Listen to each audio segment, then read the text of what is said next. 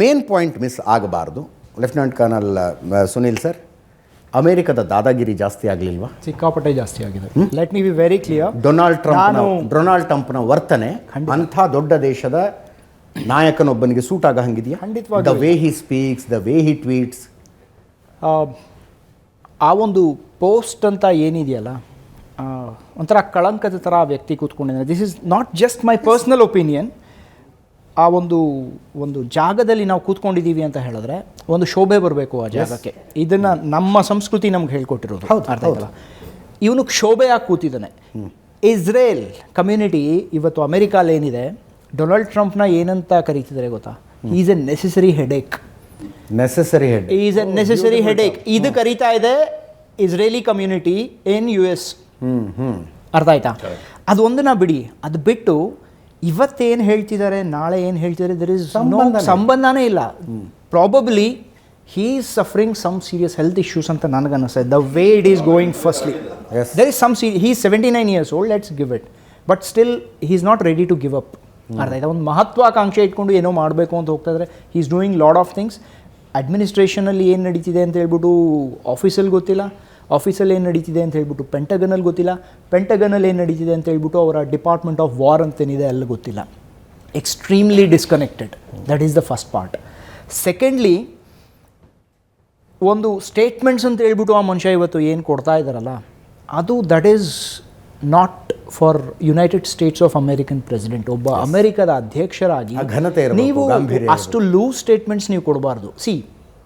ನೀವು American history ಅಂತ ಹೇಳ್ಬಿಟ್ಟು ನೀವು ತೊಗೊಂಡಿದ್ದೀರಾ ಅಂತ ಹೇಳಿದ್ರೆ ಎಲ್ಲರಿಗೂ ಯುದ್ಧನೇ ಬೇಕಿತ್ತು.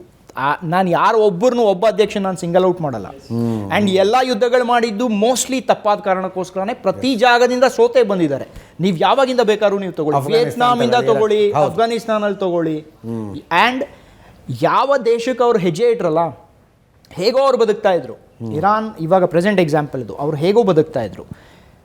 ಆ ಒಂದು ಪರಿಸ್ಥಿತಿನ ಇವರು ಕಂಟ್ರೋಲ್ಗೆ ಅಂತ ಹೇಳ್ಬಿಟ್ಟು ತೊಗೊಳಕ್ಕೆ ಹೋಗಿ ಅವ್ರು ಅದನ್ನು ಇನ್ನೂ ಎಷ್ಟು ಕೆಟ್ಟ ಪರಿಸ್ಥಿತಿಲಿ ಬಿಟ್ಟು ಬಂದರು ಅಂತ ಹೇಳ್ಬಿಟ್ಟು ನಾವು ಅಫ್ಘಾನಿಸ್ತಾನಲ್ಲಿ ಲಾಸ್ಟ್ ಏನಾಯಿತು ಅಂತ ಹೇಳ್ಬಿಟ್ಟು ನಾವು ನೋಡಿದ್ವಿ. ಏರ್ಕ್ರಾಫ್ಟ್ಸ್ ಟೇಕ್ ಆಫ್ ಆಗ್ತಿದೆ ಅಜಿತ್ ಅವರೇ, ಅವರ ವಿಂಗ್ ಮೇಲೆ ಕೂತ್ಕೊಂಡಿದ್ದಾರೆ. ಅವ್ರ ಲ್ಯಾಂಡಿಂಗ್ ಗೇರ್ಸ್ ರಿಟ್ರಾಕ್ಟ್ ಆಗ್ತಿದ್ರೆ 1,000 ಅಡಿಯಿಂದ ಕೆಳಗಡೆ ಬಿದ್ದು ಸಾಯ್ತಾ ಇದ್ದಾರೆ ಅಫ್ಘಾನಿಸ್ತಾನದಲ್ಲಿ ಜನ.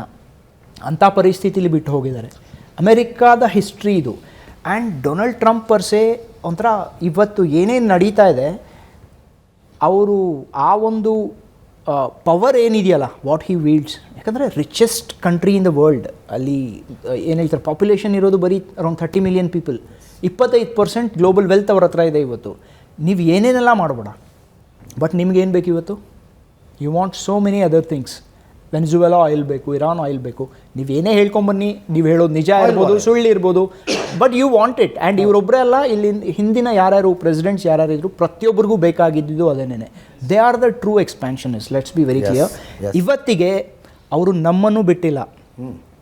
ಯಾಕಂದರೆ ಆಪರೇಷನ್ ಸಿಂಧೂರ್ ಸ್ಟಾರ್ಟ್ ಆದಮೇಲೆ the first day operation Sindoor, operation ನೈಟಲ್ಲಿ ನಾವು ಸ್ಟ್ರೈಕ್ ಮಾಡಿದ್ವಿ ಪಾಕಿಸ್ತಾನ ಮೇಲೆ. ಅಮೆರಿಕಾಯಿಂದ ಸ್ಟೇಟ್ಮೆಂಟ್ ಬಂತು, it's none of our business. JD Vance and Donald Trump ಇಬ್ಬರೂ ಹೇಳಿದ್ರು ಅದನ್ನು. ಅದಾದ ಮೇಲೆ 2 ದಿನಕ್ಕೆ ಮತ್ತೆ ನೋ, ಇವರು ತುಂಬ ಮುಂದೆ ಹೋಗ್ತಾ ಇದ್ದಾರೆ, they are moving towards nuclear conflict.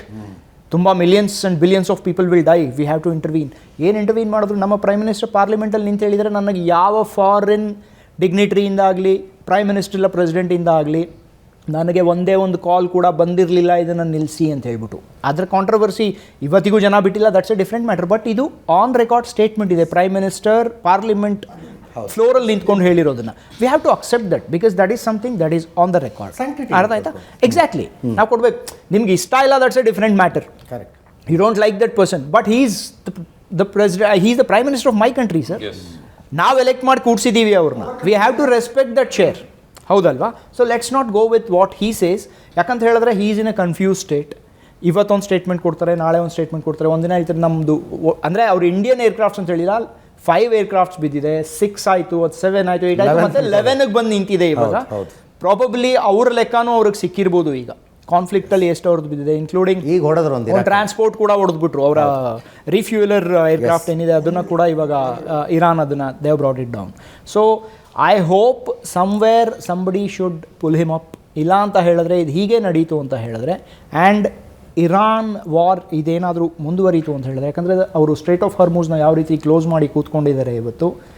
Sir ನೋಡಿ, towards the end of the day ಒಬ್ಬ ಸಾಮಾನ್ಯ ಮನುಷ್ಯ ಪ್ರಪಂಚದ ಯಾವುದೇ ಮೂಲೆಯಲ್ಲಿರಲಿ, ಅವನಿಗೆ ಒಂದೇ ಒಂದು ಯೋಚನೆ ಇರುತ್ತೆ, ನನ್ನ ತಟ್ಟೆಯಲ್ಲಿ ಅನ್ನ ಇದೆಯಾ, ಊಟ ಮಾಡಿ ನಾನು ನಿದ್ದೆ ಮಾಡ್ತೀನ, ನಾಳೆ ಬೆಳಗ್ಗೆ ಎದ್ದೇಳ್ತೀನ, ನನ್ನ ಮನೇಲೆಲ್ಲ ಸರಿ ಇದೆಯಾ ಅಂಥ ಒಂದು ಬೇಸಿಕ್ ರಿಕ್ವೈರ್ಮೆಂಟ್ಸಿಗೆ ಇವತ್ತು ಈ ಕಾನ್ಫ್ಲಿಕ್ಟಿಂದ ತೊಂದರೆ ಆಗಿದೆ.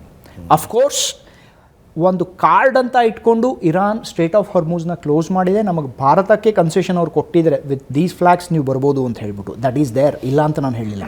ಬಟ್ ದೆನ್ ತುಂಬ ಬೇರೆ ಎಫೆಕ್ಟ್ಸ್ ಇಂಡಿಯಾ ಮೇಲೂ ಅದು ಆಗೇ ಆಗುತ್ತೆ. ಗ್ಲೋಬಲಿ ಅದು ಆಲ್ರೆಡಿ ಆಗ್ತಾ ಇದೆ. ಪ್ರಾಬಬ್ಲಿ ಇವರು ಕೂಡ ಅದು ಒಂದನ್ನು ಓಪನ್ ಮಾಡಿ, just let the trade happen, you fight it out.